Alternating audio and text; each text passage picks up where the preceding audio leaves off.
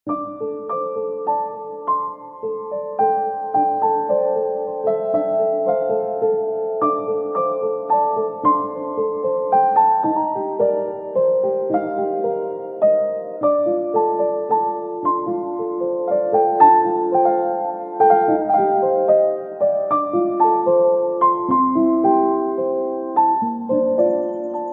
সকাল বন্ধুরা, সকলে কেমন আছেন?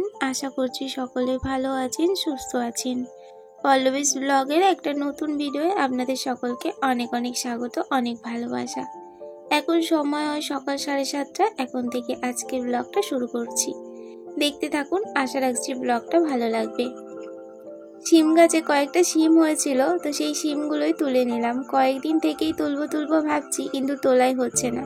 আসলে সব রকম সবজি বাড়িতে ছিল, সেই জন্য আর তুলিনি। টাটকা টাটকা সবজি তুলে রান্না করলে সেটা বেশি ভালো লাগবে। কালকে যে মাংস হয়েছিল আর রাত্রিরে করেছিলাম চিকেন স্টু, দুটোই রয়ে গিয়েছে। তো দুটোই আমি একটুখানি গরম করে নিচ্ছি, ওটা দিয়েই আজকে টিফিন করা হয়ে যাবে। আর তারপরে আমি স্নানটাও সেরে নিয়েছি আজকে তাড়াতাড়ি করে। তো এরপরে করব রান্না। আর আজকে হচ্ছে বেশি কিছু রান্না করব না, যেহেতু সকালবেলা এত রিচ খাওয়া হয়েছে, কালকে খাওয়া হয়েছে, সেই জন্য আজকে নর্মাল কিছুই রান্না করব। ছেলে এখন আছে নিচে, ওকে একটুখানি খাইয়ে দিয়েছি। ওকে চিকেন স্টু দিয়ে একটু মুড়ি খাইয়ে দিয়েছি। আর আমি এই যে একটুখানি চুলটা বেঁধে সিঁদুরটা পরে নিলাম। চুল ছেড়ে নাকি সিঁদুর পরতে হয় না, তো সেই জন্য চুলটা বেঁধে সিঁদুরটা পরে নিয়ে আবার চুলটা ছেড়ে দিয়েছি। শ্যাম্পু করেছি, এখন ভিজে রয়েছে, সেই জন্য একটুখানি ছেড়ে দিয়েছিলাম। তো নিচে চলে এসেছি। আর এইদিকে আমি রান্না অলরেডি বসিয়ে দিয়েছি। আর এইদিকে সবজিও কিছুটা কেটে নেব, কিছুটা কেটে রেখেছিলাম স্নান করার আগে, ওটাই বসিয়ে দিলাম।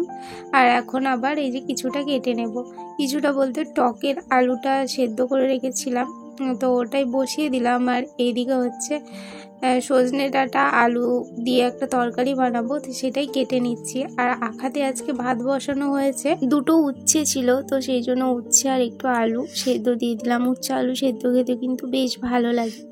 তো এখানে বেসিক্যালি পাকা উচ্ছে ভাতেটা খায়, কিন্তু আমার বাবার বাড়ি ওইদিকে কাঁচা উচ্ছেটাই আবার ভাতে খায়, আর পাকা উচ্ছেটা একটু ভাজা খেতেই বেশি পছন্দ করে। তো যেখানে যেদিকে যেরকম খাওয়া। তো একটা কাঁচা ছিল, একটা একটু পাকা পাকা ছিল, তো দুটোই দিয়ে দিয়েছি, দুটোই ছিল। তো এইদিকে আমি সবজি রান্নাটাও শুরু করে দিয়েছি। আর আমার না মানে স্ট্যান্ডটা জানেন তো ভেঙে গিয়েছে, সেই জন্য আমি সেরকমভাবে আপনাদের সঙ্গে কিছু শেয়ার করতে পারছি না, মানে খুব ভালোভাবে ভিডিও শেয়ার করতে পারছি না। আপনারা বুঝতেই পারছেন, কারণ এক হাতে ধরে আর এক হাতে আবার কাজ করাটা খুবই সমস্যা হয়ে যায়। এক হাতে মোবাইল ধরে এক হাতে কাজ করা, বুঝতেই পারছেন, হয় না কিন্তু, মানে ভিডিওটা অতটা ভালো হয় না এক জায়গায় রেখে যতটা ভালো হয়। তো আমার স্ট্যান্ডটা খুবই খারাপ হয়ে গেছে, মানে একদমই ফোনটা আটকাচ্ছে না, পড়ে যাচ্ছে ফোনটা, মানে আটকানোই যাচ্ছে না, স্লিপ কেটে বেরিয়ে আসছে। তো কিছু করার নেই, এখন কিছুদিন আমাকে এইভাবেই চালাতে হবে, কারণ এরকম হঠাৎ করে তো কেনাও সম্ভব নয়। তো কয়েকদিন দেরি হবে, একটুখানি মানিয়ে নেবেন। তো আমার এখানে রান্না হয়ে গেছে, আজকে সিম্পল রান্না করব বললাম, তো সিম্পলি রান্না করেছি। আজকে করেছি টক ডাঁটা আলু বড়ি দিয়ে একটা তরকারি করেছি, উচ্ছে আলু সেদ্ধ, তার সঙ্গে ডিম ভাজা করেছি।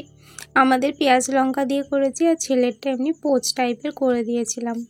তো এখন হয়ে গেছে বিকেল, গাছগুলোতে একটুখানি জল দিয়ে দিচ্ছি, কারণ এখন যেহেতু রোদের তাপ অনেকটাই, সেই জন্য একটুখানি জলটা দুবেলাতেই দিতে হয়। আর এখানে এই যে লাউ গাছটাও কিন্তু বেশ ভালোই বড় হয়ে গেছে, কিন্তু ডগাগুলো না খুব সরু হচ্ছে, আসলে মাটির একদমই জোর নেই সেই জন্য।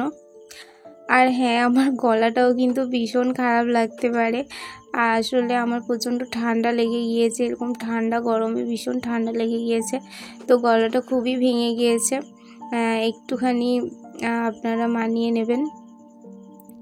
তো এই যে সকালের দিকে সময় পাইনি বিছানা চাদরটা চেঞ্জ করার জন্য, তো এখন ছেলে ওর ঠাম্মার সাথে রয়েছে।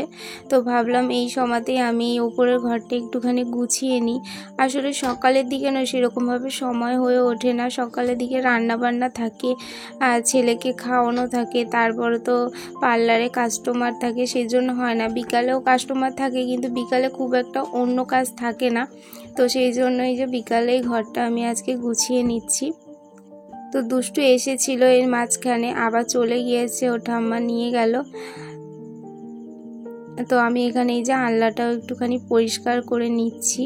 কি বলুন তো, বাচ্চা নিয়ে নয় সবসময় এক সময়ে কাজ হয় না। আমি যদি ভেবে থাকি যে আমি সকালে এই কাজগুলো করব, তো সেটা কিন্তু হয় না। বাচ্চা নিয়ে যখন সময় পাই তখনই আমি কিন্তু করে থাকি। আর মাত্র 30 মিনিটের মধ্যেই কিন্তু আজকে আমি এই যে ওপরের ঘরটা পুরো গুছিয়ে নিয়েছি। আর এখানে দেখতে পাচ্ছেন অনেকগুলো জামা কাপড়ও রয়েছে, তো এই জামা কাপড়গুলো আমি এখন গুছিয়ে নেব। কিছু শীতের জামা কাপড় রয়েছে সেগুলোও তুলে দেব। অনেক কিছু তোলা হয়ে গিয়েছে কিন্তু এখনও অনেক আছে, একটা দুটো করে কাচা হচ্ছে, তো সেইগুলোই আবার একটা দুটো করে তুলে দিচ্ছি, কারণ সেরকম বাইরে রাখার জায়গা নেই। সেই জন্য একবারে যেখানে থাকে সেখানেই তুলে রেখে দেওয়ার চেষ্টা করি সময় যখনই পাই।